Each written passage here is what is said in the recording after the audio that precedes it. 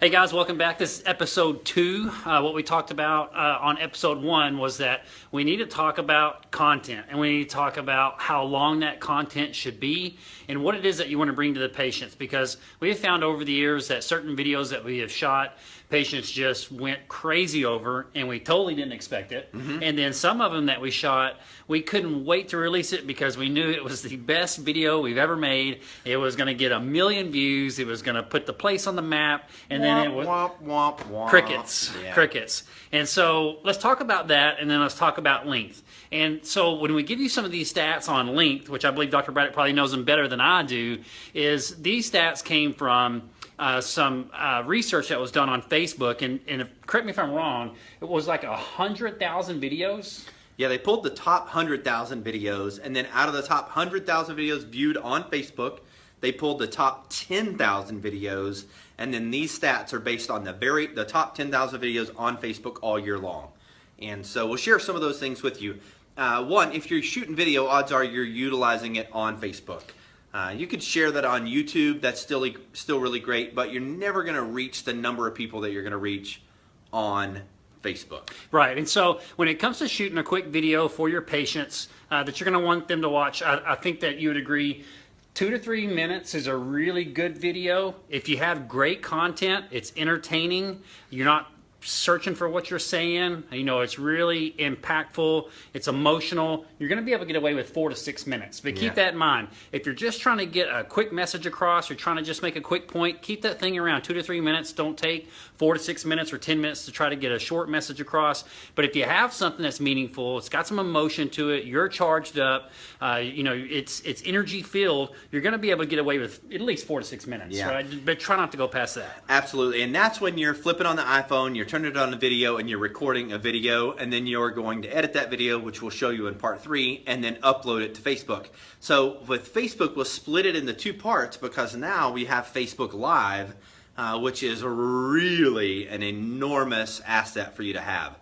And so with Facebook Live, even with the 10,000 videos in that particular study, they split it between, these are the stats for a Facebook video, these are the stats for a Facebook Live video. So a Facebook Live video, they actually found the sweet spot is right around that 15-minute mark. And that was surprising. Yeah, because it's utilizing time for people to, for Facebook essentially to build you an audience. Odds are, if you've been on Facebook, you've seen, hey, Brian Clay is shooting a live video right now, click here to tune in. And so you're going to be getting alerts if you're Brian's friend and he started a live video. And so it takes time to build your audience up. Obviously, when you're doing a Facebook Live video, it's a little bit more interactive. Hopefully it should be. You should be asking questions. And it's a little bit more casual. Okay? It's kind of like a fireside chat. It's like a behind-the-scenes Q&A. It's not a really polished up type video. But that video can be longer. So for instance, today, Dr. Thomas in my office and myself did pretty much an impromptu Facebook Live video. We pulled 2 stools up. We put it on this iPod. This tripod, this 80-inch tripod we taught you about in the last video. We put it on Facebook Live, and we talked for about 15 minutes. And by the time we hit end, you know, that the Facebook Live session was over, we had 296 viewers that had tuned in and watched that video. And I think the other thing that you have done really well with the Facebook Live is you've made sure that when you're doing your Facebook Live videos for your patients, you're doing them around the same time of the day, so they kind of know when to look for you. They kind of know when you're going to be bringing that content out. And so, you know, patients are probably right around, 11 o'clock, 12:30, they're starting to look for Dr. Thomas and Dr. Braddock. Yeah, that's typically about the time we do it. And again, it doesn't necessarily have to be the time you do it, but it's a little bit of consistency in there. If you're trying to grab an audience, right, through Facebook Live, you might want to start thinking about hitting at the exact same time so they at least know when you're going to be going live. Absolutely. And that tends to be kind of around that lunch hours when we're shooting those videos. But again, like Dr. Clay said, if you're just shooting a short video and you're uploading it, the shorter the better. And they actually found that videos 30 seconds and less were the most viewed videos, which for me is a little mind-boggling. I can't say my name front and back in 30 seconds.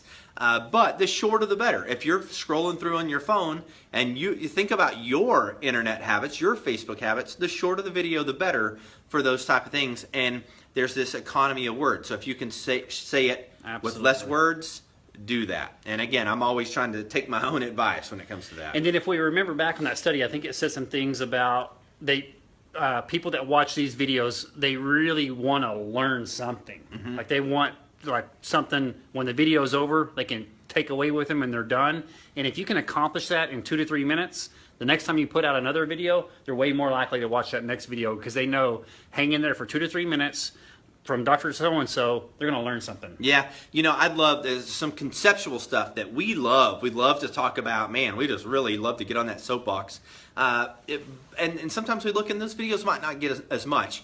And then one time we did a video, hey, here's how to foam roll your lower back. And it was like a 90-second video, and it got a million, not literally a million views, but it got a ton of views on it. We wish it got a million views. We've done really simplistic stuff that teaches people things. This is what you need to look for in a mattress. This is the most important sleeping positions. Things that are useful to them just really work good. They're not that fun for us to talk about, but we have to remove ourselves in what's actually going to be valuable to the patient. Those are really big, important videos. So do this. After watching this video, if you have any questions, if you have any comments, be sure you put that below. If you have any ideas, like, hey, I'm thinking about shooting a video with this content. What do you think? Have you tried this? Have you tried that? You know, between the two of us, we've shot a ton of those videos. Put that down below. Share and like this. Be sure to stay tuned for video 3. Because on this video, on video 3, we're going to go over how you actually edit those. Can you think of anything else that we left out on video 2? Yeah. When it comes to content, the last thing is use other people's content. Steal it. You should be my Facebook friend. Hopefully you've looked up Caleb Braddock, facebook.com/Dr. Caleb Braddock. If we shoot a video and you're like, man, I like that. That's a great idea. Shoot that video that same day. Pull your team together and say, hey guys, we're shooting a video, and just regurgitate what I said, or the parts at least that you liked. Find 8 or 10 people in chiropractic that are doing video really well. Follow them, rob them, emulate them. A friend of ours last night did a video. I typed on his video. I'm stealing that tomorrow.